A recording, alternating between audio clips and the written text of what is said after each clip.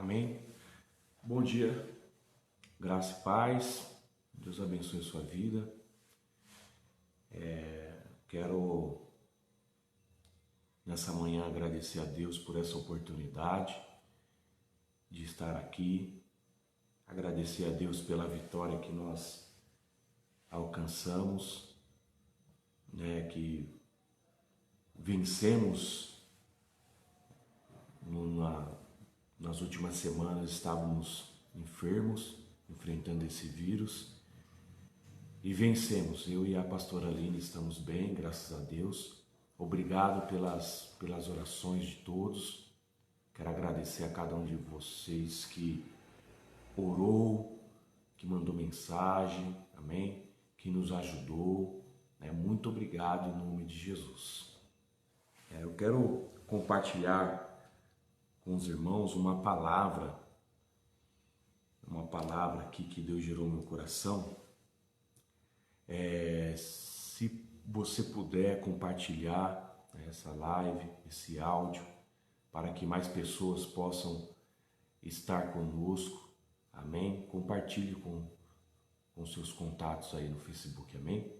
Vamos orar e agradecer a Deus, pedir a Deus a sua graça, a sua misericórdia, para que nos dê o entendimento do que Ele quer falar conosco, amém? Querido Deus e eterno Pai, muito obrigado, Senhor, pela Tua graça. Obrigado, Senhor, pela Tua misericórdia. Obrigado, Senhor, por tudo que o Senhor tem feito em nossas vidas, por ter nos sustentado, por ter nos dado fé, paz. Meu Deus, nós te agradecemos, Pai, pela nossa casa, pela nossa família. Em nome de Jesus, muito obrigado, Senhor.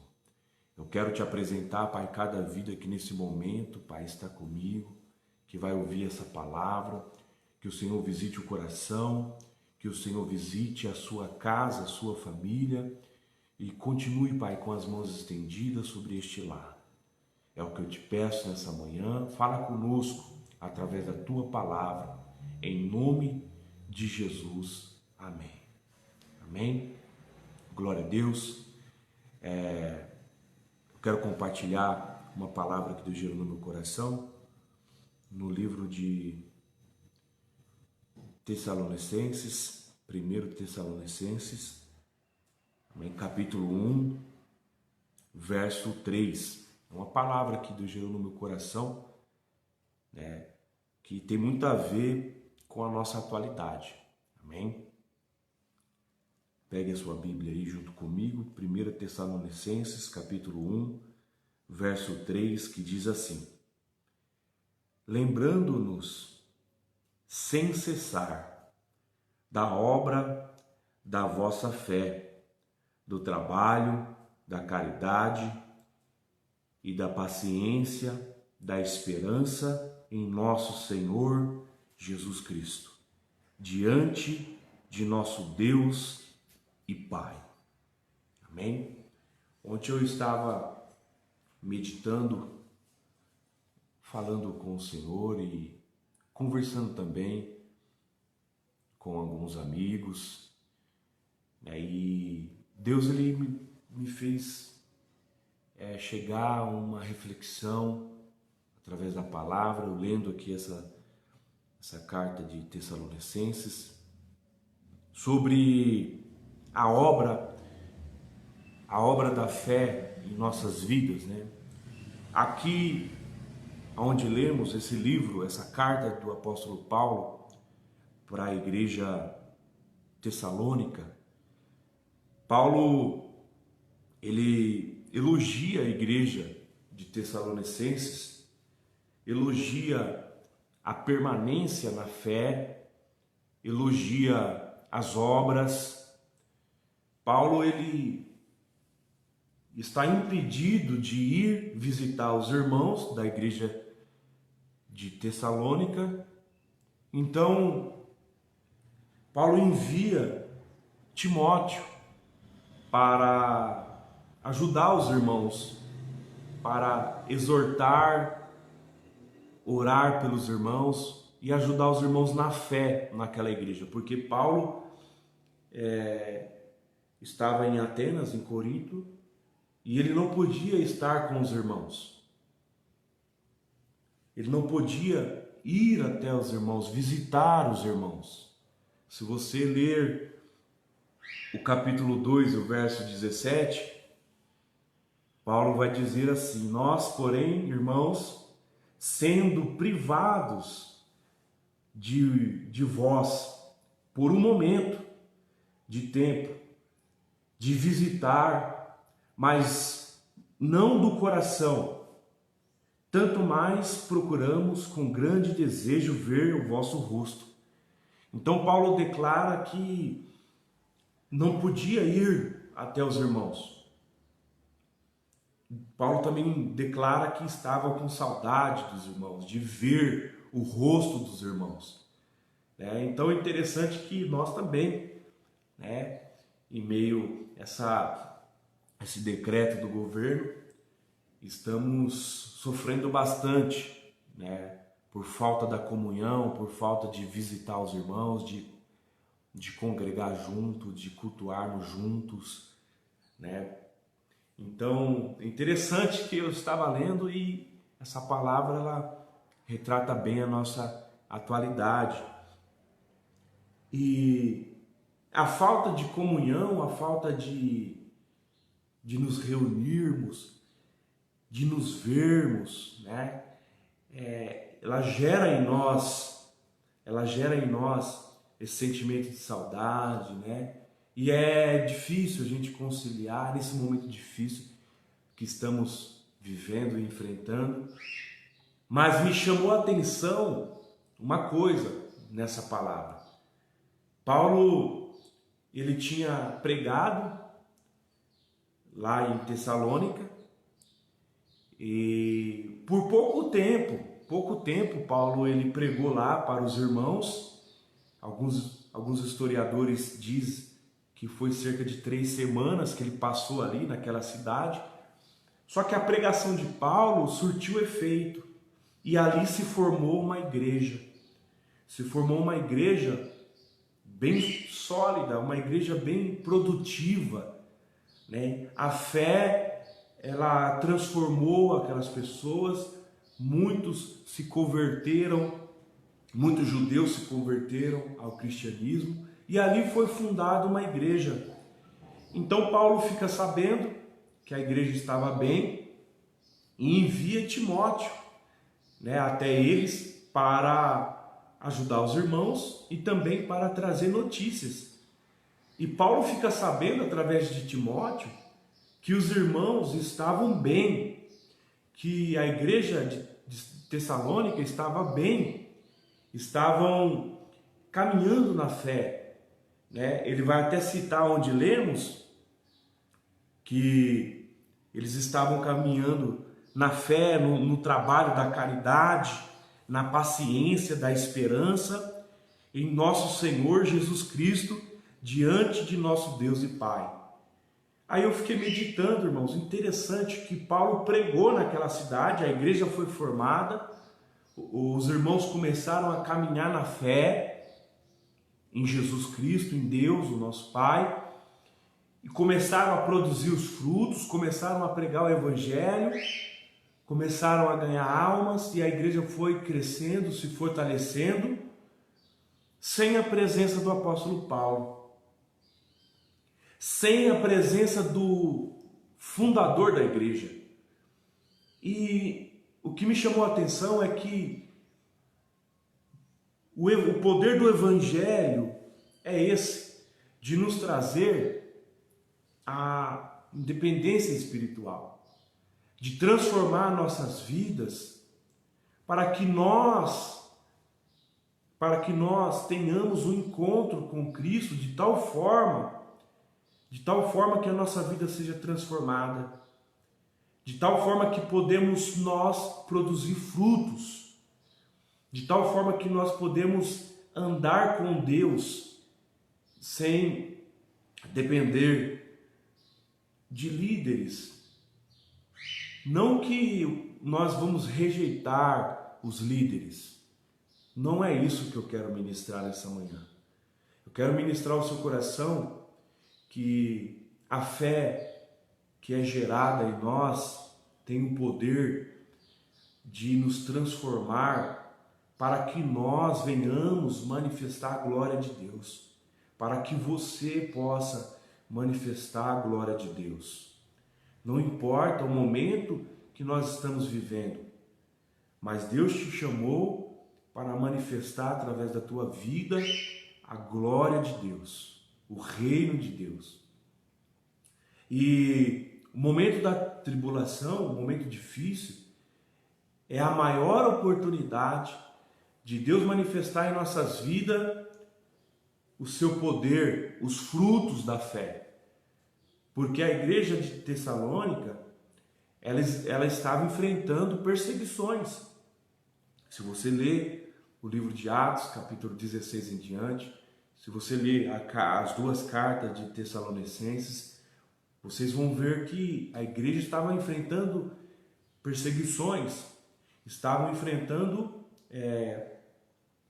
prisões, os irmãos estavam sendo perseguidos, presos, muitos eram mortos, né? Então eles estavam em meio a uma dificuldade.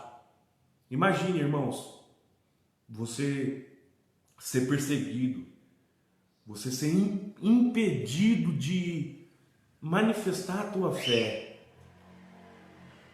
Então, esse era o retrato da igreja tessalônica.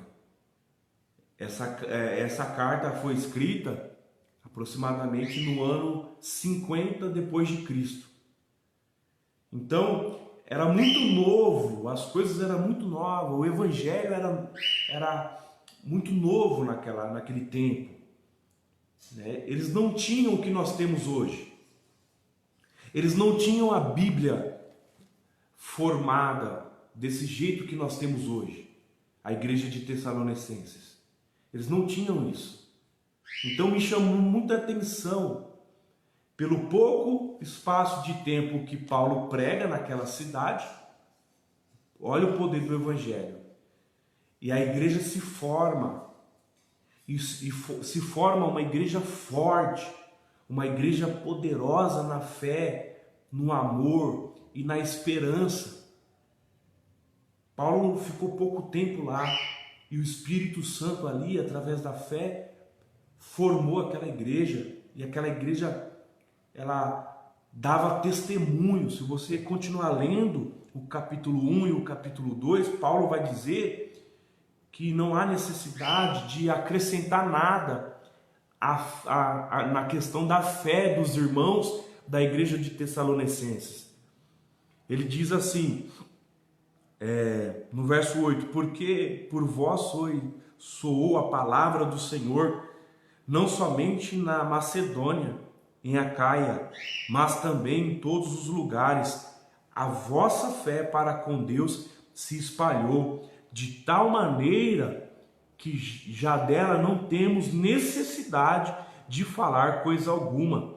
Verso 9, porque eles mesmos anunciam de nós qual a entrada que tivemos para convosco e como dos ídolos vos convertestes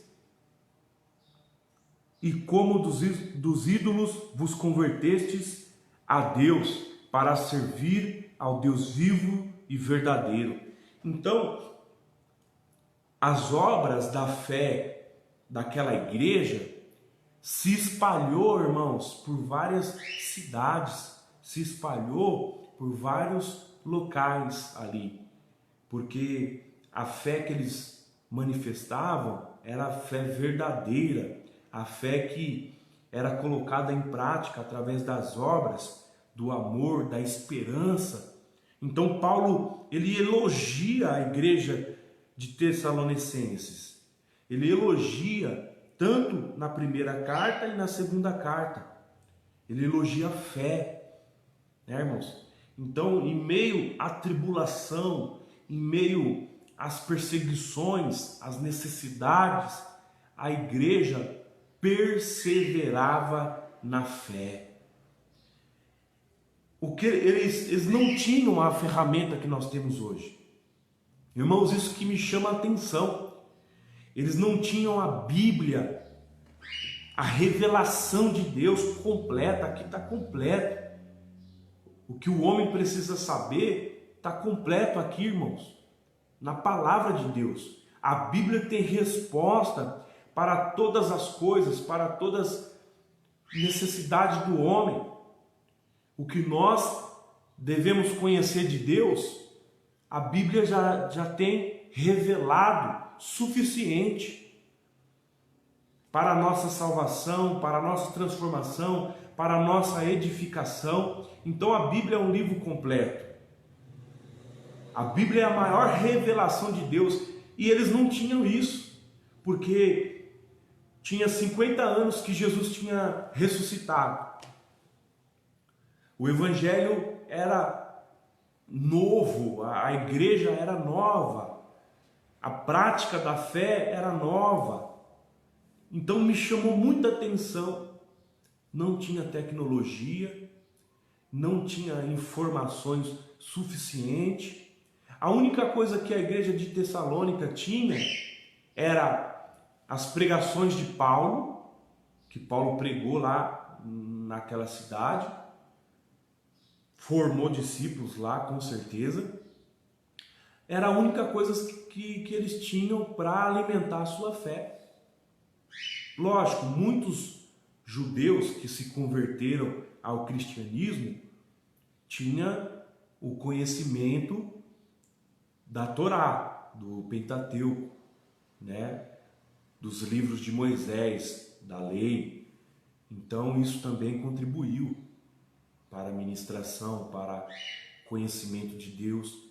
Mas também tinha gentios ali, né? Outros novos convertidos que não tinham o que nós temos hoje. E me chamou muita atenção que eles receberam o Evangelho, a palavra de Deus, o Evangelho de Deus, através das pregações de Paulo, e colocaram em prática. Muito interessante. Irmãos, quando nós temos um encontro com Cristo, quando a fé que habita dentro de nós é colocada em prática, quando nós perseveramos, porque acreditar é perseverar. O poder de Deus se manifesta em nossas vidas, de tal maneira que, além de nos transformar, nós somos usados como objeto de transformação. Era isso que estava acontecendo na igreja de Tessalônica. Eles foram transformados pelo poder da palavra. A fé entrou no coração deles e assim eles perseveravam pregando a palavra. Três tópicos. Eles perseveravam na fé, no amor e na esperança. Então, além de ser transformado, eles transformavam a sociedade ao redor. Então, o papel da igreja é esse. É para isso que Deus tem chamado a mim e a tua vida. Eu sei que nós estamos vivendo momentos difíceis, onde muitos irmãos estão tendo dificuldade com a sua espiritualidade, estão tendo dificuldade pela falta do convívio dos irmãos, da comunhão na igreja, do corpo de Cristo. Olha a importância da igreja. Agora podemos ver quão grande é a importância da igreja, né, irmãos? Nós não somos perseguidos. Nós temos liberdade para manifestar a nossa fé, para buscar a Deus. Nós temos a revelação de Deus completa através da Bíblia. Nós temos muitas informações através da tecnologia, mas muitas das vezes não valorizamos o que nós temos, as ferramentas que nós temos para buscar ao Senhor, para fortalecer a nossa fé, a nossa esperança e o amor de Deus em nossas vidas. Isso foi muito forte essa palavra ao meu coração. Muitas das vezes desvalorizamos, porque o momento que estamos vivendo é o momento que mais temos que buscar a Deus, irmãos. É o momento que nós temos que exercer a nossa fé, aquilo que Deus colocou no teu coração, sabe, irmãos, para que venhamos estar firmes, para que venhamos caminhar na presença do Senhor. Muitos estão se esfriando na fé, muitos estão passando por dificuldade, porque não estão utilizando das ferramentas que Deus nos entregou. Pedro vai dizer em uma de suas cartas que nós temos que alimentar a nossa fé na prática diária da leitura bíblica, da honestidade, da busca da justiça, da obediência ao Senhor. Isso tudo alimenta a nossa fé. Então, irmãos, não é só aceitar Jesus, não é só fazer parte de uma igreja, nós temos que praticar a nossa fé. Praticar, porque assim a esperança vai ser gerada em nós e também no nosso próximo, e o amor vai se manifestar entre nós. Era essa as características da igreja de Tessalônica: fé, amor e esperança. Essas três palavras é a evidência da salvação em nossas vidas. Então, essa palavra veio de encontro à nossa atualidade, porque nós estamos separados, né, da comunhão do corpo, mas do Espírito não, estamos interligados no Espírito. E Paulo, ele fala muito bem sobre isso. Ele não podia ir visitar os irmãos, e olha só o que Paulo fala, olha só o que Paulo fala no capítulo 3, verso 2: e enviamos Timóteo, nosso irmão, ministro de Deus e nosso cooperador no Evangelho de Cristo, para vos confortar e vos exortar acerca da vossa fé. Verso 5: portanto, não podendo eu também esperar mais, mandei o saber da vossa fé. Olha só que Paulo fala: temendo que o tentador vos tentasse e o nosso trabalho viesse a ser inútil. Olha o que Paulo fala. Paulo estava preocupado com a igreja. Então ele envia Timóteo para exortar os irmãos, confortar os irmãos e saber trazer informações da fé dos irmãos naquela igreja. Porque o temor de Paulo para com aquela igreja era justamente saber se eles não foram tentados, se eles não, através dos levantes espirituais, através das perseguições, não somente política da época, não somente a perseguição que a igreja sofria naquela época. Paulo temia os levantes espirituais, a tentação do maligno. Então, irmãos, isso retrata a nossa batalha espiritual. O temor de Paulo era: poxa, será que os irmãos estão firmes na fé? Será que os irmãos estão caminhando? Será que os irmãos estão firmes?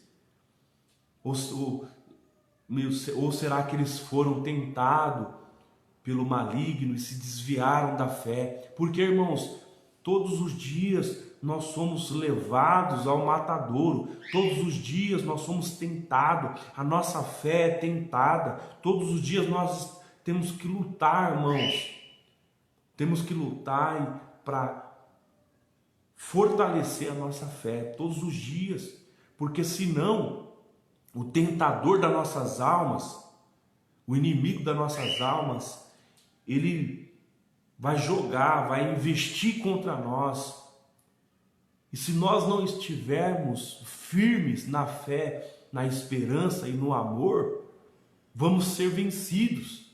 Essa era a preocupação de Paulo. Essa era a preocupação de Paulo. Mas aí Paulo se surpreende. Paulo se surpreende. No verso 6 ele fala assim: vindo, porém, agora Timóteo de vós para nós, e trazendo as boas novas da vossa fé e caridade, de como sempre tendes boa lembrança de nós, desejando muito ver-nos, como nós também a vós. Então agora Timóteo volta e traz as boas notícias de que os irmãos estavam firmes na fé, firmes na caridade, que é o amor, e firmes na esperança. Paulo volta trazendo as informações. E novamente, os irmãos não tinham um líder, não tinham o apóstolo Paulo lá para se espelhar, para ser referência. Irmãos, eu sei que nós temos uma grande necessidade de referência na nossa atualidade, de líder, de uma pessoa que nós podemos olhar e se espelhar como exemplo de fé. Eu sei que nós temos uma grande dificuldade, mas eu quero te dizer algo aqui da parte de Deus. Deus tem chamado você para ser a diferença. Deus tem chamado, Deus tem escolhido você para ser referência.